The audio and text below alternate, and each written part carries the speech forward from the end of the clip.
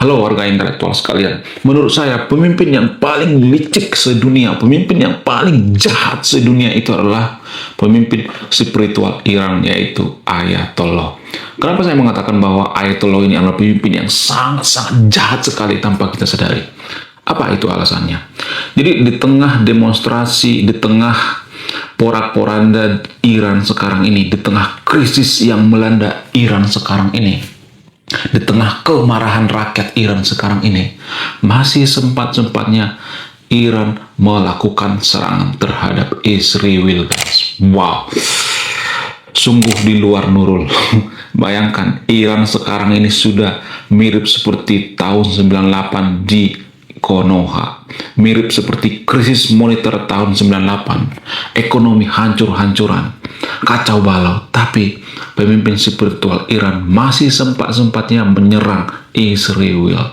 Nah, yang jadi pertanyaan, kenapa Iran menyerang Israel? Apa alasannya? Apakah ini pengalihan isu gitu? Apakah ini tujuannya supaya masyarakat Iran bersatu karena mereka punya musuh yang sama, yaitu Israel? Apakah ini strategi licik? Apakah ini strategi yang sangat cantik yang diatur oleh Ayatollah? Bagaimana fakta yang sebenarnya? Kemudian ketika Amerika menyerang Venezuela, ketika Amerika menculik Presiden Venezuela, banyak yang tidak mengetahui bahwa ada sebenarnya udang di balik batu. Apa itu? Bukan minyak. Banyak warga Konoha mengatakan bahwa oh ini hanya karena minyak. Enggak. Karena sebelum Presiden Venezuela diculik, dia sudah pernah mengatakan, dia sudah pernah negosiasi dengan Donald Trump. Nggak apa-apa, lu ambil aja minyak Venezuela. Tapi Donald Trump nggak mau. Tapi ada satu hal yang dimau oleh Amerika. Kenapa dia menculik Presiden Venezuela selain daripada kasus narkoboy? Apa itu? Kemudian selain itu, kalau saya perhatikan ya, warga Konoha itu sangat membenci yang namanya Amerika, sangat membenci yang namanya Israel. Ya, padahal warga Konoha itu sebenarnya berseberangan dengan Iran. Karena apa? Karena Iran itu Syiah. Tapi karena Iran dan warga Konoha itu punya musuh yang sama, maka sekarang ini kalau saya perhatikan, Konoha dan Iran itu bersatu. Konoha dan Venezuela bersatu. Apa alasannya? Apakah karena Konoha dengan Venezuela itu punya musuh yang sama, yaitu Donald Trump dan Israel? Bagaimana fakta yang sebenarnya?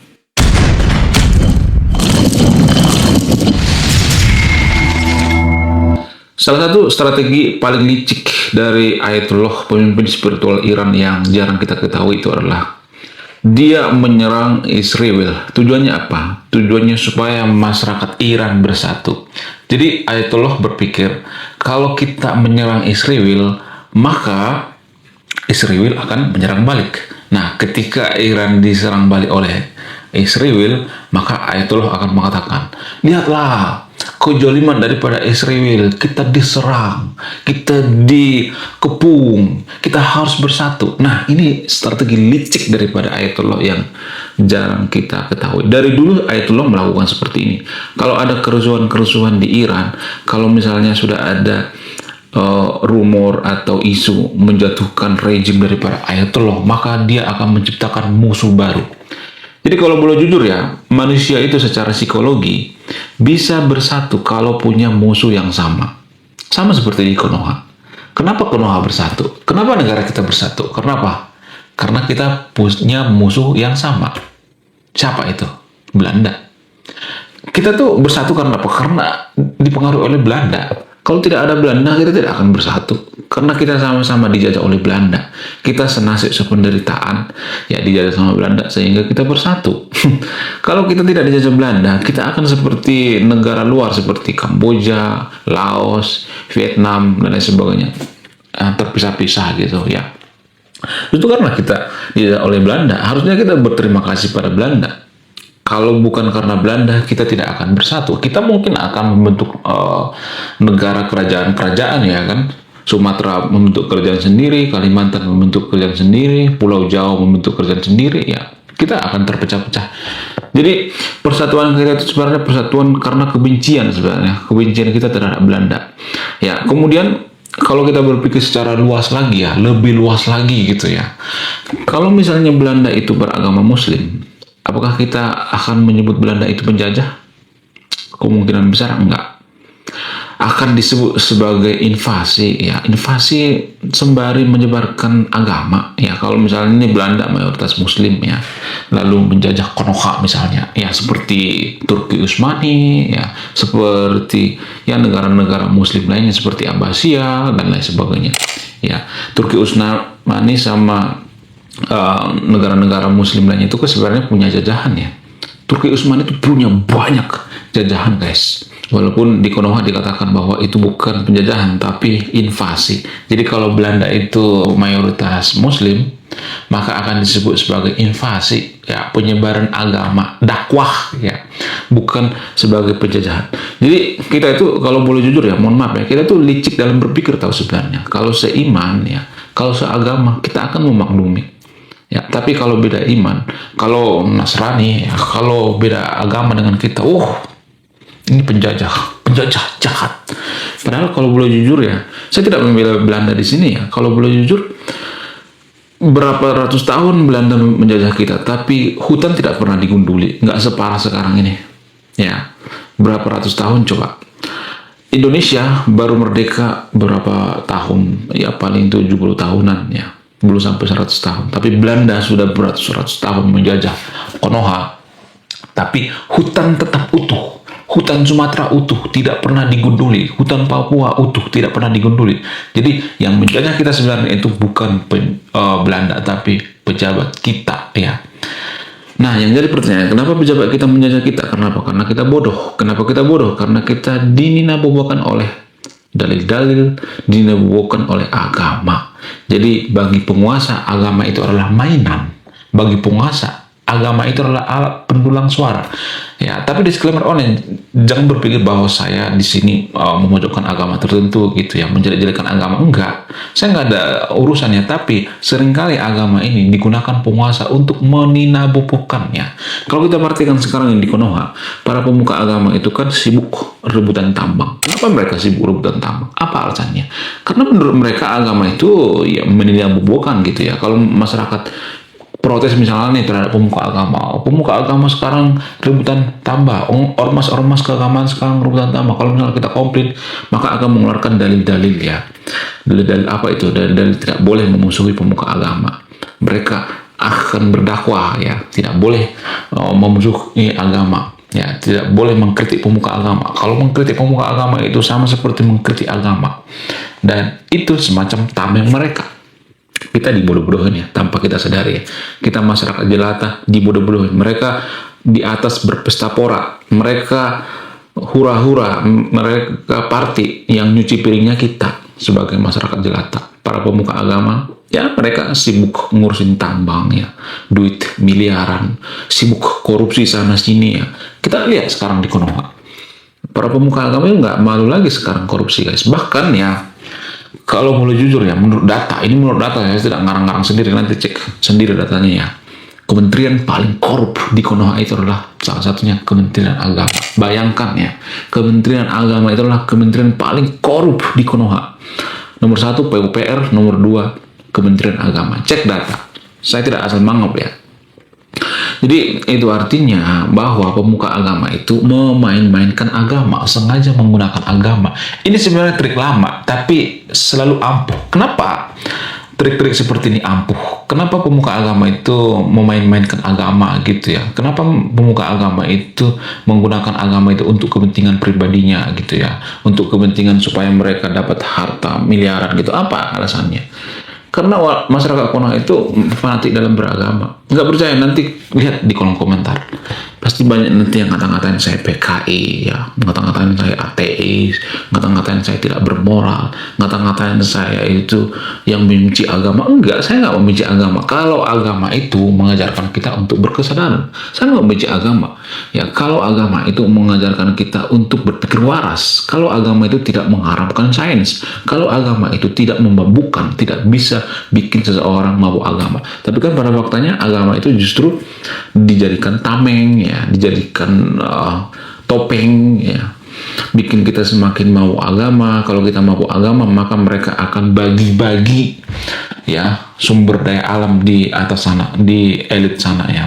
Para politisi-politisi juga memainkan agama kok ya, kalau boleh jujur ya. Mereka bertransaksi kok antara politisi dengan pemuka agama di bawah meja tanpa kita sadari ya. Cuman kita aja yang nggak peduli ya. Kita terlalu sibuk ya berdebat seputar agama. Agama saya yang paling benar, agama saya yang paling suci ya. Jadi tanpa kita sadari, kita itu cakar-cakaran di bawah ya. Kita cakar-cakaran antar umat beragama itu disengaja oleh pemerintah Konoha. Supaya apa? Supaya kita sibuk berantem di bawah terus ya, antar umat beragama kita dibentur-benturkan, dan mereka sibuk di atas korupsi.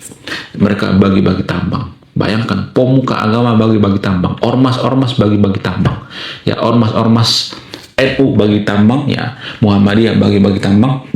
Cuman ya, menurut data, pemuka agama Katolik nggak mau, Buddha nggak mau, agama Kristen nggak mau, tapi agama Muslim, pemuka agamanya mau bagi-bagi tambang, dikasih tambang mereka mau. Jadi kita bisa menilai kan, moral pemuka agama itu siapa yang paling bermoral. Itulah alasannya kenapa, mohon maaf bagi teman-teman yang beragama Muslim, mohon maaf ya, itulah alasannya kenapa nggak ada satupun negara Muslim yang maju di dunia ini. Nggak ada. 10 besar negara Muslim di dunia ini didominasi oleh negara-negara Kristen dan negara-negara mayoritas lainnya. Cek data. Saya tidak asal mangap gitu, ada datanya. Bagaimana dengan Qatar, Dubai, Arab, Qatar, Dubai itu bukan negara SDM, bukan negara maju, tapi negara kaya. Perbedaan mereka dengan kita, mereka itu punya pemimpin lebih amanah, lebih jujur daripada kita. Ya, itu alasannya kenapa nggak ada satupun negara Muslim di dunia ini ya yang maju. Nggak ada. 10 besar nggak masuk ya. Turki mungkin mendekati. Itu pun Turki sering difitnah ya di Konoha ya. Turki itu sesat. Turki itu bukan negara Muslim. Oh, itu mereka sekuler ya. Jadi kita kata-katain Turki. Kalau Turki tidak sekuler, mereka tidak akan bisa menjadi negara maju ya. Justru Turki itu memisahkan antara agama dengan negara. Itulah alasannya kenapa saya sering berkoar-koar.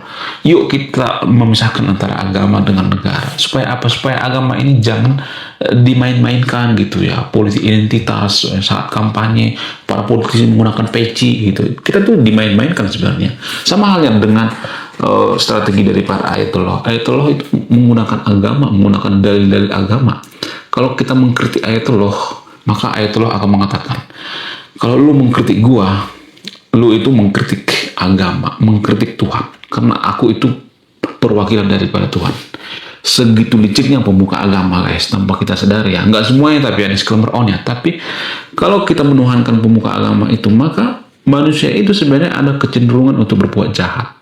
Itulah alasannya kenapa ada sistem demokrasi, membatasi kekuasaan. Sistem demokrasi ya, periode 5 tahun presiden, 4 tahun presiden seperti itu ya. Tujuannya apa? Tujuannya untuk menghindari seseorang itu jadi diktator ya, berlebihan dalam berkuasa. Jadi ada kecenderungan. Jadi kalau ada pemimpin seperti ayatollah ya, tidak ada periode, terus-menerus dia berkuasa, maka ini akan menyebabkan kehancuran Iran itu sendiri. Kenapa Iran hancur ya? Karena ayatollah sendiri, karena pemimpinnya nggak becus, sibuk korupsi ya, sibuk korupsi sana sini ya, sementara rakyatnya menderita. Kemudian Amerika menculik presiden dari Venezuela sebenarnya bukan karena permasalahan minyak, kemudian permasalahan penyeludupan narkoboy gitu, bukan. Kenapa? Karena Iran sudah bekerja sama dengan Venezuela.